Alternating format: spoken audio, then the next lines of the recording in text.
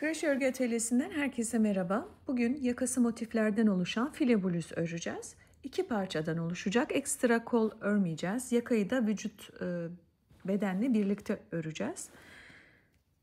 4 milim tığ kullandım. 3,5 da kullanabilirsiniz. Ben koton iple yaptım. Yaka kısmında sadece bazı yerlerde normal ip kullandım.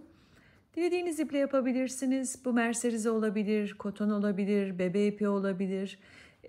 Mümkün olduğunca tüylenmeyecek türde bir ip seçmenizi tavsiye ederim. Başlangıçta yaka ve kolları motiflerden oluşturuyoruz ve yakadan örmeye başlıyoruz. Şimdi yaka ölçümüz bedene göre değişiyor. Small, medium ve X small için 9 tane motif yeterli olacak. 9 motifimiz yeterli olacak. Nasıl başlayacağız? Komple örerek başlıyoruz. Yani baştan sona yakadan başladığımız için kolları ve yakayı örerek sonra gövdede daraltarak devam edeceğiz. Şöyle yapacağız. Bu motifleri hemen herkesin yapmayı bildiğini düşünüyorum. Zaten birçok videomda motiflerin nasıl yapıldığını anlattım. Hala bilmiyorsanız aşağıda açıklamalar kısmına ve yorumların başına daha önce örmüş olduğum bir yeleğin videosunu tutturacağım. Onun içinde motiflerin nasıl yapıldığını anlatıyorum. Bu motifleri 1, 2, 3 sıra olarak ördüm. Yani ortalama 4 numara bir tığla örülebilecek şekilde yaklaşık baktığınızda şöyle bir 4 parmak kadar ölçüsü var. Eğer bedeniniz büyükse yani large ya da X large beden ve üstü bedeniniz varsa bu motifleri 3 değil 4 sıra tutabilirsiniz. 9 motif yine yeterli olacaktır. 4 sıra tutarsanız şayet X large, large ve XX large için konuşuyorum. Başlangıçta bir temel sıra oluşturacağız. Yani fileye geçmeden önce filenin düzgün temele dayandırılması için bir başlangıç sırası oluşturuyorum. Şuradan tığımı geçirdim. İpimi alıyorum. 1, 2, 3 zincirle.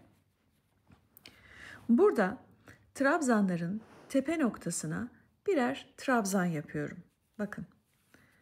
1, 2, 3 trabzan var. Onların tepe noktalarına birer trabzan yaparak ilerleyeceğim.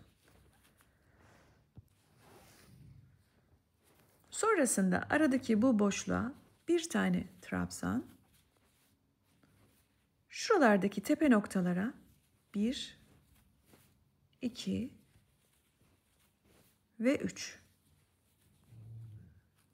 3 tane trabzan yapıyoruz. Buradaki ara boşluğa bir tane trabzan ve tekrar yine trabzanların tepe noktasına 1, 2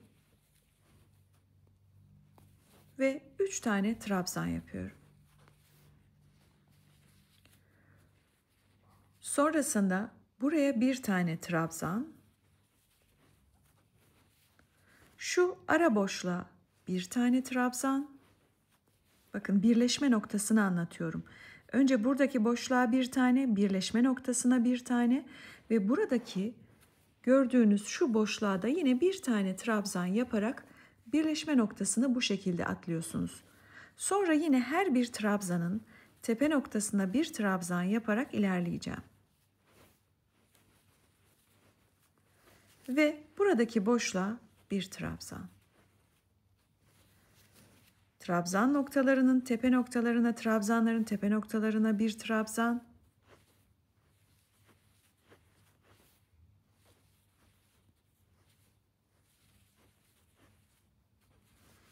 Ve buradaki boşluğa bir trabzan. Bu şekilde bakın düzgün bir görüntü oluşuyor. Üzerine file oluşturmak daha kolay olacaktır. Dilediğiniz renklerle yapabilirsiniz, kalan iplerle yapabilirsiniz. Sıranın sonuna kadar trabzanımızı oluşturuyoruz. Burada 9 motifin üzerine geçiyoruz. Son motifimizin de sonuna geldiğimizde bakın buradaki boşluğun içine bir tane trabzan yapıyoruz. Şu şekilde. İsterseniz sonra da bir tane yapabilirsiniz. 1, 2, 3, 4 zincirle yukarıya çıkıyoruz. İpi tığın üzerine alıyoruz. Bakın şimdi şurada hemen ikinci boşluğun, ikinci trabzanın tepe noktasına bir tane trabzanı yaptım.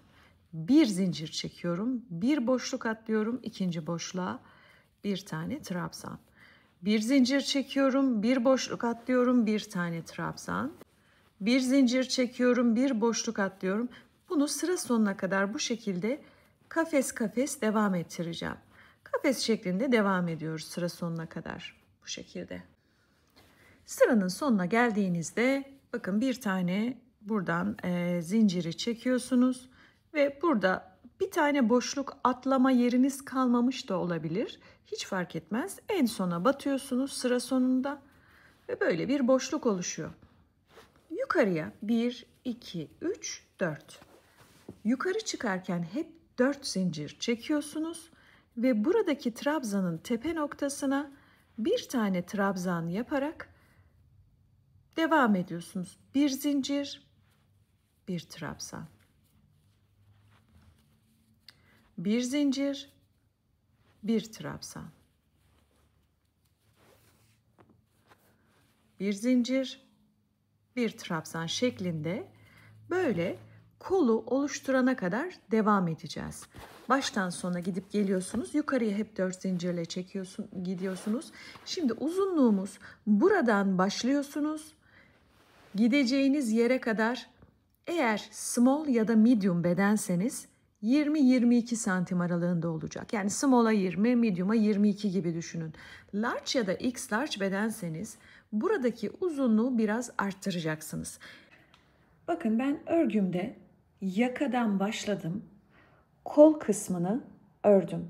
Buradan buraya uzunluğum small ve medium beden için yaklaşık 20 santim kadar. Buradan buraya ördüm. Şimdi artık gövdeyi oluşturacağım. Gövdeyi nasıl oluşturacağım? Buralarda sağda ve solda kol payı bırakacağım ve aşağı doğru iki taraftan şuradan şuraya örerek gövdeyi oluşturmuş olacağım.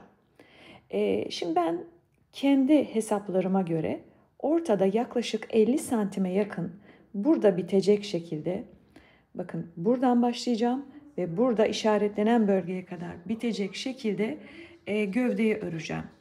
Burada ortada 50 santime yakın bir pay bırakıyorum. Small ve X small beden için. Medium için bu ölçü 54-55 santim. Large beden için de 62 santime kadar yakın olmak zorunda. X large beden için üzerinizde ölçerek bakabilirsiniz. Modeli buradan aşağıya doğru. Bakın şuradan bir başlangıç yaptım. Şöyle göstereyim size. Klasik 4 zincirle yukarı çıktım ve buraya batarak modeli devam ettirerek ilerleyeceğim. Evet, bahsettiğim şekilde nasıl başladığımı şimdi size göstereyim. Burada bir kol payı bırakıyorsunuz. Ortada dediğim gibi şurada işaretli bölgeye kadar, şuraya kadar böyle 50 santimliğe yakın bir pay. Yani mesela XS bedenseniz bu 46 santim olsun. 1, 2, 3, 4 zincirle yukarı çıkıp klasik modelimizi her bir boşluğun üzerine bir trabzan, bir zincir ve bir trabzan yaparak ilerletiyorsunuz. Bu şekilde. Bunu böyle 50 santim seviyesine gelinceye kadar devam ettiriyorsunuz. Evet, buradan başladığım gövde örme işlemini şurada bitiriyorum. Neden? Burada ne kadar boşluk bıraktıysam, mesela ben de 15 tane kafes bıraktım. Böyle geldim, yaklaşık 50 santim ördüm small beden için. Buradan yine 15 tane kafes bırakarak, eşit ölçüde kollara pay bırakarak buradan gövdeyi öreceğim. Aynı metodla öreceğim, yine böyle 4 zincirle yukarı çıkıp devam edeceğim. Buradan buraya, buradan buraya sadece bu bölgeyi öreceğim. Gövde olarak öreceğim ve bluzu bitireceğim. Kaç santim ördüğümü birazdan anlatacağım. Buradan buraya ben 22 santim kadar ördüm. Kısa crop şeklinde bir bluz istedim ama siz uzun istiyorsanız bunu 30 santim de tutabilirsiniz, 35 santim de tutabilirsiniz. Benim tercihim böyle 20-22 santim aralığı kadar oldu. İki tane birbirinin aynısı şeklinde parçayı örüyorum. Ördüm. Şimdi bunları böyle birleştireceğim. Bu şekilde birleştirebilirsiniz.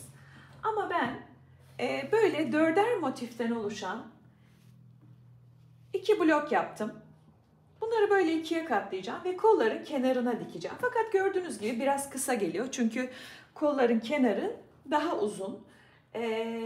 Alta bunu dikerken üst noktayı burası olarak belirleyeceğim. Biraz genişleterek dikeceğim. Ya da buraları biraz büzeceğim. Bu şekilde toparlayacağım bunları dikerken. Eğer bunu yapmak istemiyorsanız şu altlara ekstradan birer sıra geçebilirsiniz. Buraya ve buraya birleştirirken daha geniş olur burası. Tam kol kenarı kadar olur. Tercih sizin. Nasıl isterseniz o şekilde yapabilirsiniz. Şimdi yapmam gereken şu. Ortada 3 tane motif bırakacağım. Burayı yaka yapacağım. Buraları dikeceğim. Sonra buraları dikeceğim. En sonda şu 2 motifi kenarlara dikerek bitireceğim.